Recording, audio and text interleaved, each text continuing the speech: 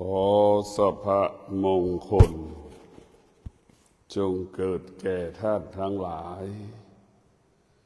มีสติตั้งมั่นมีสติบำเพ็ญเพียรสร้างบุญสร้างกุศลสร้างความดีงามมอบความดีงามให้กับชีวิตของเรามนุษย์จำนวนมากของโลกทำอะไรก็ได้หมด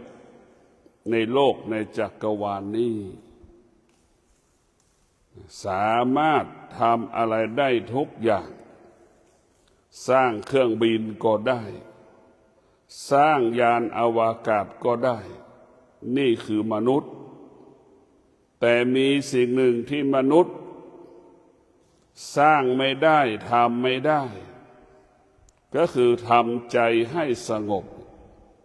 มันยากกว่าสร้างเครื่องบินยากกว่าสร้างยานอวกาศอีกนะพวกเราทั้งหลายสร้างบ้านก็ง่ายสร้างคอนโดก็ง่ายแต่สร้างความสงบทำให้จิตสงบนั่นมันยากแสนยากเพราะเหตุใดจึงยากแสนยากพวกเราทั้งหลายบุคคลที่มีสติเท่านั้นที่จะสร้างความสงบบุคคลที่มีสติเท่านั้นที่จะเห็นความสงบเป็นหลักของชีวิตเป็นแก่นของชีวิตเพราะความสงบมันเป็นคู่ของสติจึงยึดความสงบเป็นหลักเพราะความสงบมันเปรียบเสมือนอาหารของสติความสงบเปรียบเสมือนบ้านของสติความสงบเปรียบเสมือนอาภรณ์ของสติในพวกเราทั้งหลายเราต้องพิจารณาว่าสตินี้สำคัญและยิ่งใหญ่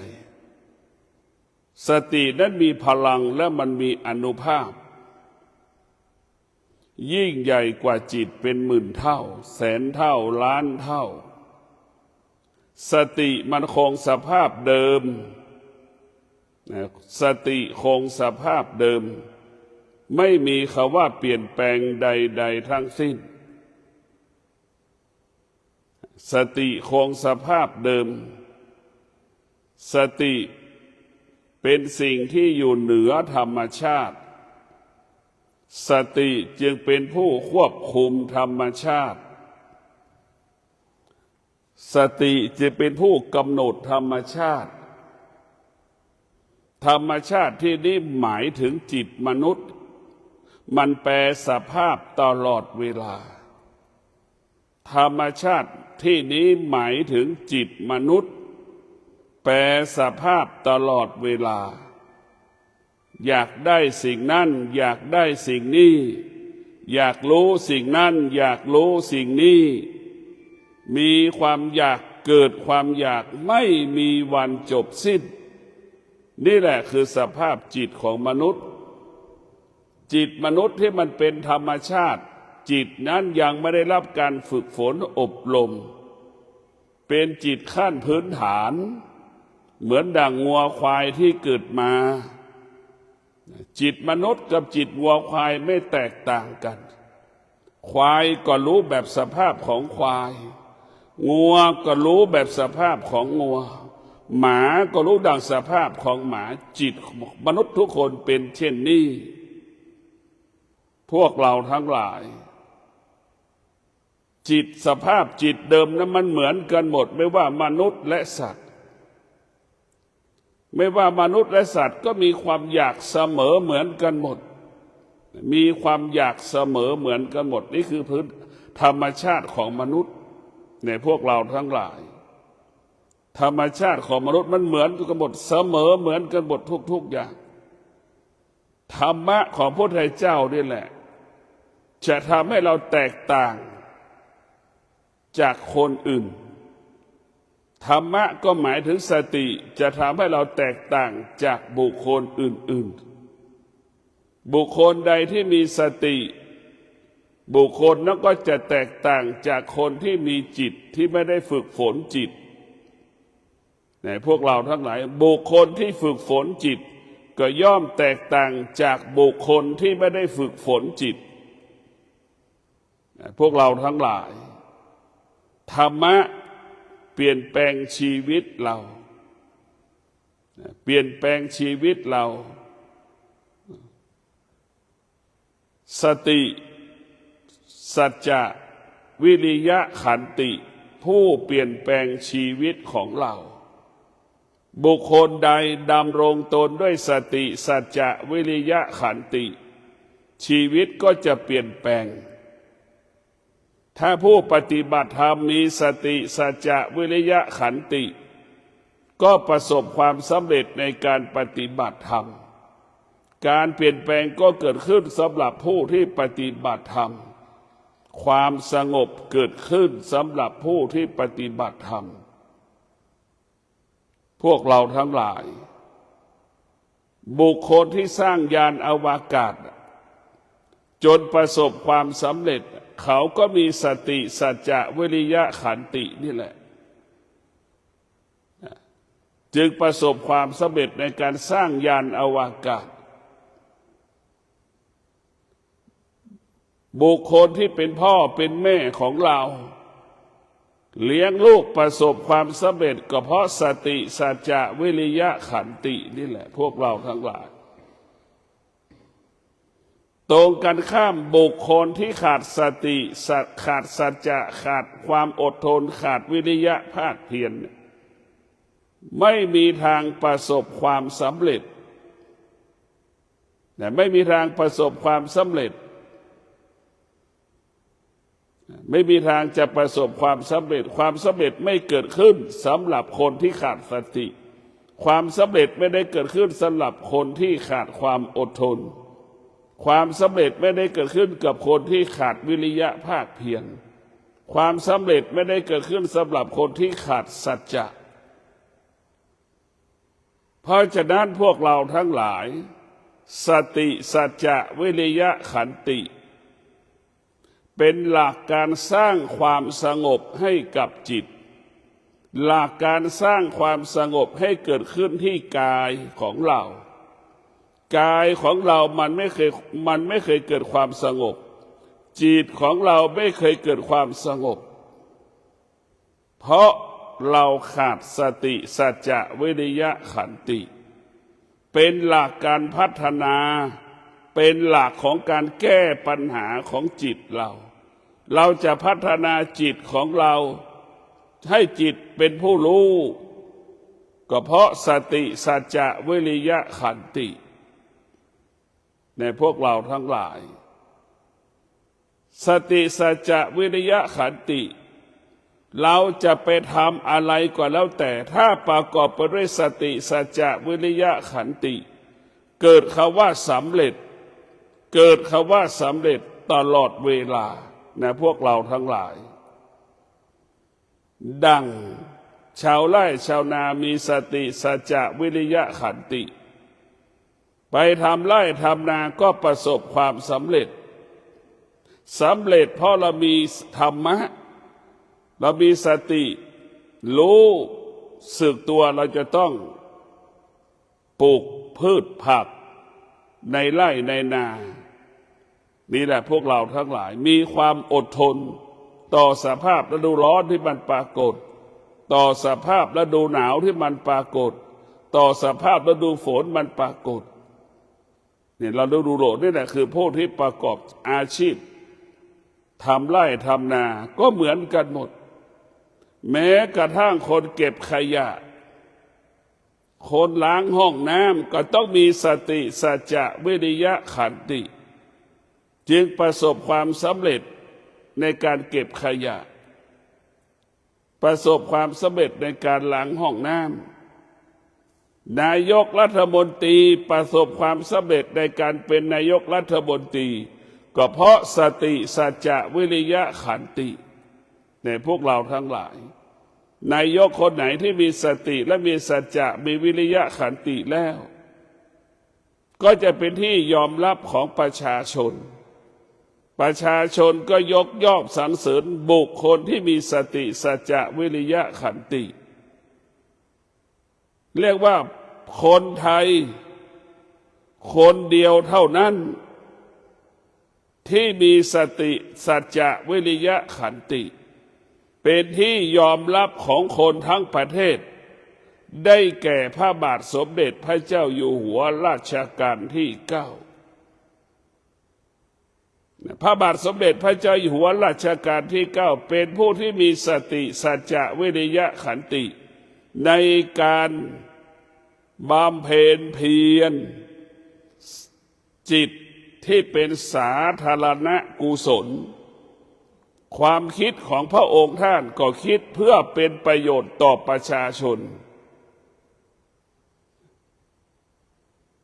คำพูดของพระองค์ท่าน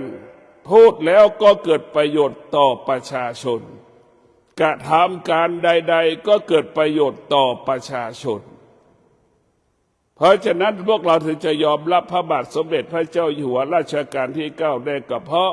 พระองค์ท่านดำรงตนด้วยสติสัจจะวิริยะขันติ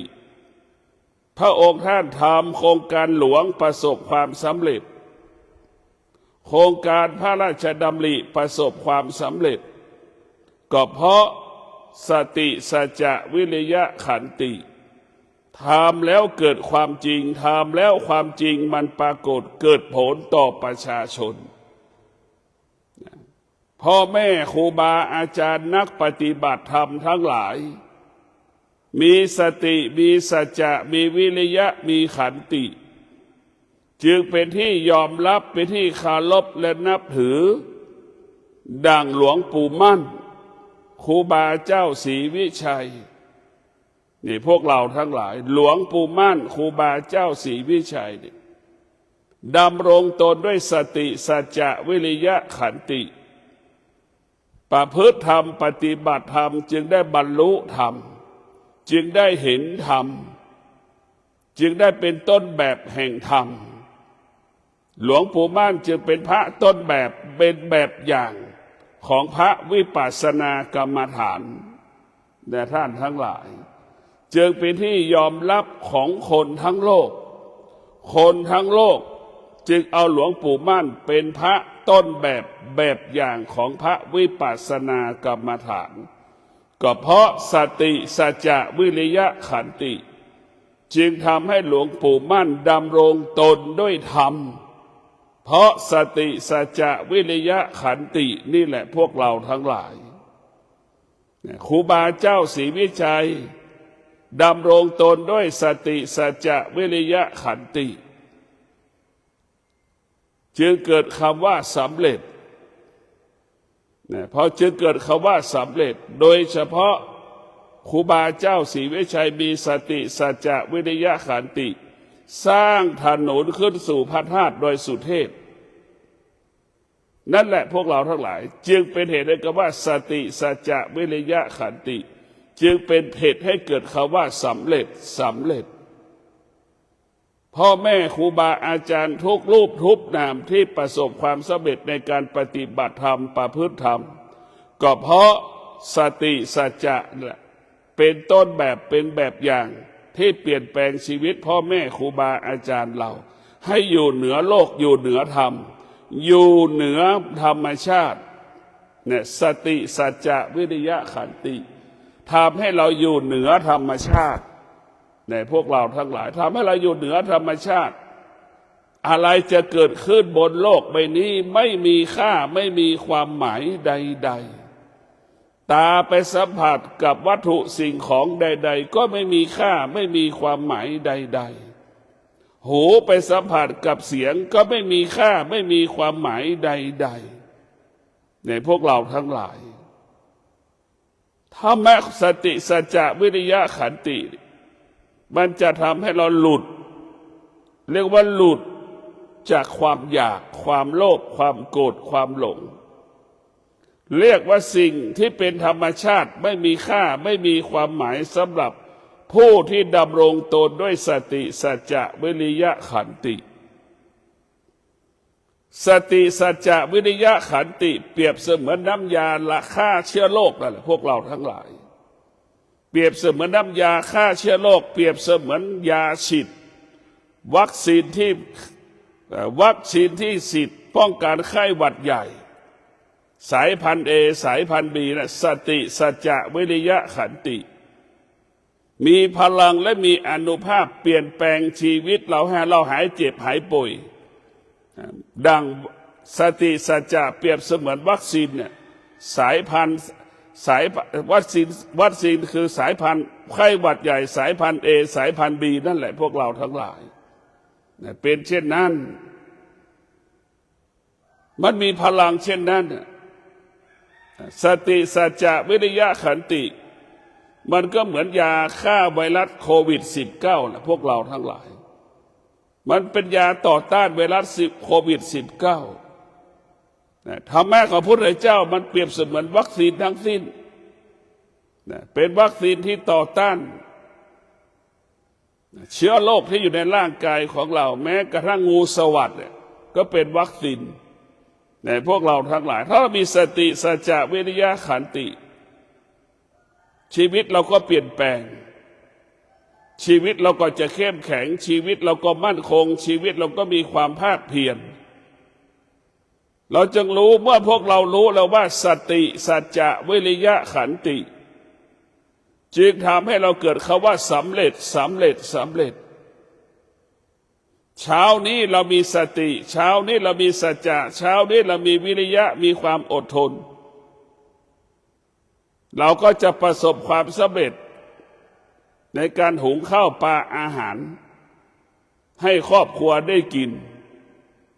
ถึงแม้ไม่มีข้าวก็มีสติสัจจะวิริยะขันติบำเพ็ญเพียรที่จะไปแสวงขอยืมข้าวเขามาหุงขอข้าวที่เขาจะมาหุงขออาหารของเขาจะมาให้ลูกเรากินใช่ไหมนี่แหละคือมันเป็นหลักของการแต่พวกเราทั้งหลายมันเป็นหลักของการยกระดับจิตมนุษย์เหมือนที่บอกแล้วว่ามันเป็นจิตธรรมชาติถ้าเรามีสติสัจจะวิริยะขันติแล้วจิตเราจะอยู่เหนือธรรมชาติถ้าจิตเรามีสติสัจจะวิริยะขันติแล้วจิตเราจะเป็นจิตของผู้รู้เมื่อเรามีสติสัจจะวิริยะขันติแล้วจิตของเรานั้นจะอยู่เหนือการเปลี่ยนแปลงของธรรมชาติผู้นำของเราผู้นำประเทศมีแต่ความรู้ไม่สามารถพัฒนาประเทศชาติประสบความสำเร็จได้ความรู้นะมันต้องอาศัยสติสัจจะวิริยะขันติในการขับเคลื่อนองค์ความรู้นั้นพวกเราทั้งหลายความรู้เปรียบเสมือนจิตมันแปลสภาพได้ตลอดเวลา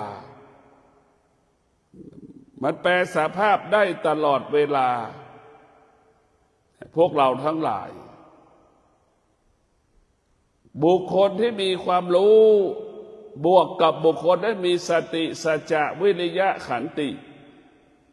บุคคลที่จะนำเอาความรู้ไปเกิดให้เป็นประโยชน์เกิดประโยชน์ต่อสาธารณชนได้บุคคลนั้นต้องมีสติสัจจะวิริยะขันติความรู้นั้นจะเป็นประโยชน์เกิดประโยชน์ต่อประชาชนได้เมื่อเรามีสติสัจจะวิริยะขันติดังเช่นพระบาทสมเด็จพระเจ้าอยู่หัวรัชกาลที่9นั่นแหละพวกเราทั้งหลายเป็นผู้ดำรงด้วยสติสัจจะวิริยะขันติ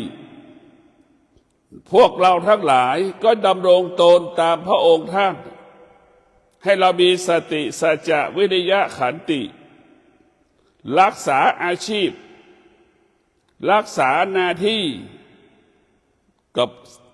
ใช้สติสัจจะวิริยะขันตินี่แหละรักษาชีวิตรักษาอาชีพรักษาครอบครัวพัฒนาครอบครัวพัฒนาจิต สติสัจจะวิริยะขันติจึงเป็นกฎของการพัฒนา และเป็นกฎของการแก้ปัญหาพวกเราทั้งหลาย พัฒนาก็คือสติสัจจะวิริยะขันตินี่แหละคือจะสำเร็จเวลามีปัญหายามที่มีปัญหาเราจะประสบความสำเร็จในการแก้ปัญหาก็คือมีสติสัจจะวิริยะขันติเราไม่ได้ควรใช้ความรู้ไม่สามารถแก้ปัญหาที่เกิดขึ้นบนโลกนี้ได้ธรรมะเท่านั้นก็คือสติสัจจะวิริยะขันติที่จะแก้ปัญหาหรือพัฒนาโลกใบนี้ให้เกิดความมั่นคงพัฒนาโลกใบนี้ให้เกิดคำว่าเจริญได้คือสติสัจจะวิริยะขันติพวกเราทั้งหลายสติได้เป็นสิ่งสำคัญในการมีชีวิตอยู่บนโลกใบนี้ในพวกเราทั้งหลายสติมันเป็นสมบัติของจิตผู้รู้จิตผู้รู้จะพูดแต่คำว่าสติจิตผู้รู้จะให้ความสำคัญกับคำว่าสติจะไม่หนีสติจะไม่ทิ้งสติสติก็คือรู้สึกตัวนั่นแหละคือตัวสติเหมือนเรานั่งสมาธิขนาดนี้เราก็รู้ว่าเรานั่งสมาธินั่นแหละคือสติขณะที่เรานั่งเราก็รู้ว่ามันปวดเอวนั่นแหละคือสติรู้สึกตัวเมื่อเรารู้แล้วก็มีสัจจะที่จะอดทนมีวิริยะภาคเพียรมีความอดทนควบคุมท้ายสุดความเจ็บปวดมันก็หายไปนี่แหละคือเรามีสติรู้ว่าเรากำลังจะออกจากสมาธิก่อนที่ออกสมาธิเบื้องต้นก็คือเรามีสติรู้ที่จะลืมตามีสติรู้ที่จะขยับมือขวามือซ้ายมีสติรู้ที่จะขยับเท้าขวาเท้าซ้ายมีสติรู้ที่เราจะขยับตัวมีสติรู้เราจะก้มกราบพระมีสติรู้ว่าเรากำลังจะลุกระหว่างลุกเราก็มีสติรู้นี่แหละคือสติจึงเป็นผู้กำกับจิตเป็นผู้สติจะเป็นผู้กำกับจิตสติจะเป็นผู้กำหนดกายของเรากำหนดกายของเรากำหนดอวัยวะของเราเพราะนั้นหลักธรรมะภาคปฏิบัติให้เราสนใจใส่ใจเรื่องกายของเรากายของเราที่มันเกิดอาการเจ็บปวดให้เราไปรู้สิ่งเหล่านี้ว่ามันไม่เที่ยงมันไม่เที่ยงผู้รู้ก็จะรู้เรื่องกายกับจิตส่วนมากมันเป็นผู้จิตมันเป็นผู้ไม่รู้ไปรู้เรื่องอื่นๆนอกกายนอกจิตไปรู้สิ่งที่เป็นสิ่งที่นอกกายนอกจิตเราไม่รู้เราไม่ยอมรับรู้เรื่องกายเรื่องจิตเรียกว่าจิตของผู้ไม่รู้กลัวแก่กลัวเจ็บกลัวตายจิตของผู้รู้ไม่กลัวคำว่าแก่เจ็บตายแก่ไม่กลัวเจ็บไม่กลัวตายไม่กลัวเพราะจิตผู้รู้ว่าทุกคนเกิดมาเพื่อแก่เพื่อเจ็บเพื่อตายไม่ได้เกิดมาเพื่อเกิดความมั่นคงเป็นล้านปีร้อยปีมันไม่มีจิตผู้รู้จึงรู้ว่าแก่ก็ดีเจ็บก็ดีตายก็ดีมันเป็นปกติของสิ่งมีชีวิตย่อมเป็นเช่นนี้ไม่ว่ามนุษย์และสัตว์เกิดมาเพื่อตายไม่ได้เกิดมาเพื่ออยู่ให้ยั่งยืนพวกเราทั้งหลายจิตผู้รู้จึงรู้ความจริงอันที่แท้จริงเราไม่ได้ต้องการความสุขอันที่แท้จริงเราต้องการความสงบจิตผู้รู้ความสงบเป็นเรื่องของสติความสุขเป็นเรื่องของจิตพวกเราต้องเข้าใจเช่นนี้ความสุขเป็นเรื่องของจิตความสงบสุขเป็นเรื่องของจิต เป็นเรื่องของสตินะพวกเราทั้งหลายมนุษย์จำนวนมากที่ไม่ได้ฝึกฝนจิตก็จะเห็นแต่ความสุขพูดแต่เรื่องความสุขความสุขเป็นของชั้นหนึ่งของคนที่ไม่เป็นของจิตของผู้ไม่รู้ในพวกเราทั้งหลายจิตของผู้รู้ก็จะรู้เรื่องความสงบเห็นความสงบเป็นหลักพอเรามาฝึกฝนจิตแล้วจิตมันจะรู้ว่าอันที่แท้จริงจิตที่มันต้องการคือต้องการความสงบพวกเราทั้งหลายเราต้องพิจารณาว่าสติสัจจะวิริยะขันติทำให้เรารู้ความจริงว่าความจริงคืออะไรความทุกข์เกิดขึ้นที่ไหนความสุขก็เกิดขึ้นที่นั่นทั้งที่ความสุขทั้งที่ความสุขทั้งที่ความสุขก็ดีความทุกข์ก็ดีเกิดขึ้นที่เดียวกันสิ่งที่เกิดก็คือสิ่งที่ดับสิ่งที่ดับก็คือสิ่งที่มันเกิดจึงเกิดอาการคำว่าเกิดดับเกิดดับพ่อแม่ครูบาอาจารย์ใช้คำว่าเกิดดับเกิดดับตลอดเวลานะพวกเราทั้งหลายอาการของการเกิดดับก็เช่นลมหายใจเข้าได้เกิดดับลมหายใจเข้าออกก็เกิดดับเนี่ยพวกเราทั้งหลายเข้าก็เกิดดับออกก็เกิดดับนี่แล้วว่าจึงว่าอาการเกิดดับพวกเราทั้งหลาย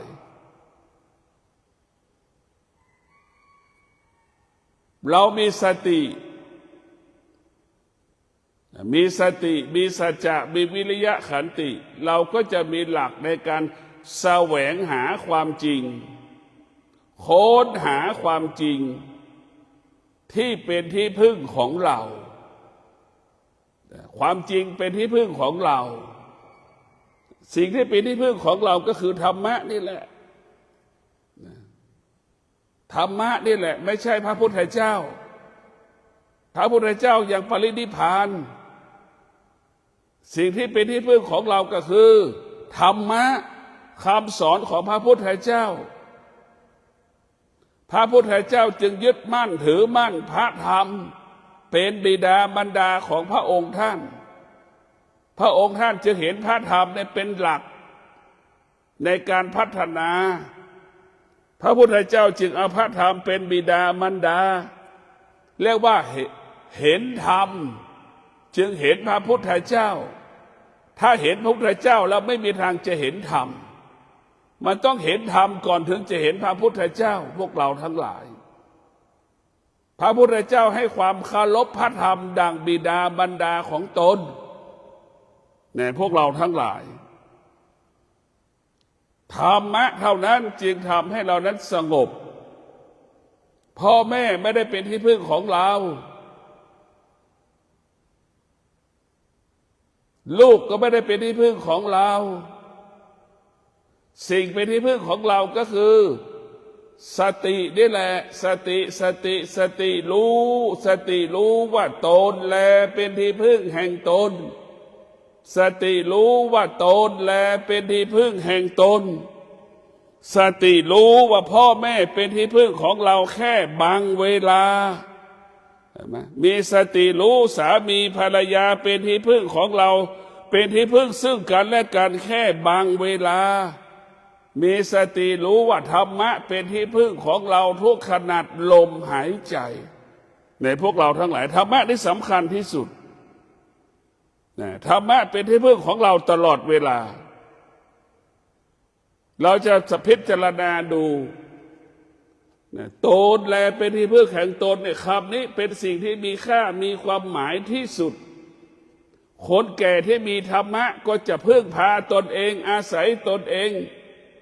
ไม่เรียกร้องหาลูกหาหลานเมื่อคนแก่นั้นมีธรรมะตนแลเป็นที่พึ่งแห่งตน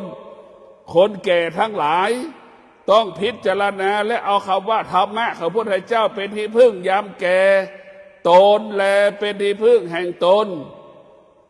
ถ้าเราไปคิดถึงลูกคิดถึงหลานเมื่อไหร่มีแต่คำว่าเสียใจไม่สบายใจเพราะลูกหลานเขาไม่สามารถตอบสนองเราได้ธรรมะนี่แหละตอบสนองเราได้ทุกการเวลา เรามีสติชีวิตเราก็มั่นคงเรามีสติเราก็มีความสงบสุขเนี่ยพวกเราทั้งหลายให้เราเข้าใจว่าตนแลเป็นที่พึ่งของตนธรรมะสำหรับคนแก่แก่แล้วมีธรรมะจะมีความสุขสุขของคนแก่สุขด้วยธรรมะสุขนั้นจึงมีค่ามีความหมายสำหรับคนแก่ในพวกเราทั้งหลายเราต้องอาศัยหลักธรรมนี่แหละเป็นที่พึ่งของเราตนแลเป็นที่พึ่งของตนไม่ต้องไปสวดมนต์สวดมนต์ยังไม่เกิดประโยชน์เท่ากับเราท่องคำว่าตนแลเป็นที่พึ่งของตนตื่นมาทุกเช้าต้องท่องทุกวันตนแลเป็นที่พึ่งแห่งตนท่องอย่างนี้ลูกหลานอยู่กับเราแค่บางเวลาลูกหลานอยู่กับเราแค่บางเวลาธรรมะอยู่กับเราตลอดเวลาอย่างนี้ให้เราคิดอย่างนี้เราเจ็บป่วยแล้วก็ไปหาหมอเองเจ็บป่วยก็ไปหายากินเองไม่ต้องไปรอลูกไม่ต้องไปรอหลานไม่ต้องไปรอพอลูกหลานปฏิเสธก็เสียใจมากกว่าเก่าอีกทุกข์มากกว่าเก่าอีกมาซ้ำเติมความเจ็บป่วยอีกเห็นไหมพวกเราทั้งหลายเราต้องพิจารณาโดยเฉพาะพวกเราทั้งหลายพ่อแม่ที่ไปยึดลูกและเสียใจโดยปัจจุบันนี้พ่อแม่ไม่มีค่าสำหรับลูกนะพวกเราทั้งหลายโดยเฉพาะลูกที่มีการศึกษาลูกที่มีการศึกษาแล้วมีเงินก็มีข้ออ้างข้อแก้ตัวแม่ตัวใหญ่บ้างแม่พอแม่อ้วนบ้างยกไม่ได้อย่างเงี้ยแล้วก็หาเรื่องที่จะเอาแม่ไปไว้สถานที่รับเลี้ยงคนแก่แต่แบบนี้แหละคือลูกที่ไม่มีธรรมะจะเป็นเช่นนี้แต่แม้คนที่ไม่มีธรรมะก็คือจะไม่มีความเป็นธรรมไม่มีความเป็นธรรมเมื่อไม่มีธรรมมันก็ไม่ยุติธรรมโดยเฉพาะลูกที่มีการศึกษาและมีเงินจะเอาพ่อแม่ไปไว้สถานที่รับเลี้ยงคนแก่ลูกทำเช่นไรลูกทำกับแม่เช่นไรเมื่อยามที่เรามีลูกลูกก็ทำให้กับเราเหมือนแม่ยุคใหม่เนี่ยสร้างวัฒนธรรมเอาแม่ของตนเองไปไว้สถานที่คนแก่เลี้ยงคนแก่เวลาเราแก่มาอีกเมื่ออีกสัก40 ปีข้างหน้าลูกของเราก็จะเอาเราไปไว้คนแก่อีกเนี่ยเอาไปไว้ที่ส่งรับเลี้ยงคนแก่นี่แหละคือเราไปสร้างวัฒนธรรมท้ายสุดอนาคตคนทุกคนที่เกิดขึ้นมาวันนี้จะไปอยู่กับสถานที่คนแก่หมดสถานที่เลี้ยงคนแก่ทั้งหมดเนี่ยพวกเราทั้งหลายลูกที่มีธรรมะจะเลี้ยงดูพ่อแม่จนตายคามือตนเองลูกที่มีธรรมะจะเลี้ยงแม่ให้ตายในบ้านในพวกเราทั้งหลาย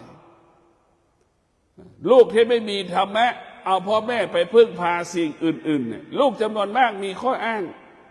ไม่มีเวลาให้แม่บ้างนะนี่แหละคือลูกที่ไม่มีธรรมะมีข้ออ้างว่าไม่มีเวลานี่แหละคือลูกที่ขาดสติจึงหลงทางหลงผิดจึงไม่มีเวลาให้กับพ่อกับแม่ตนเอง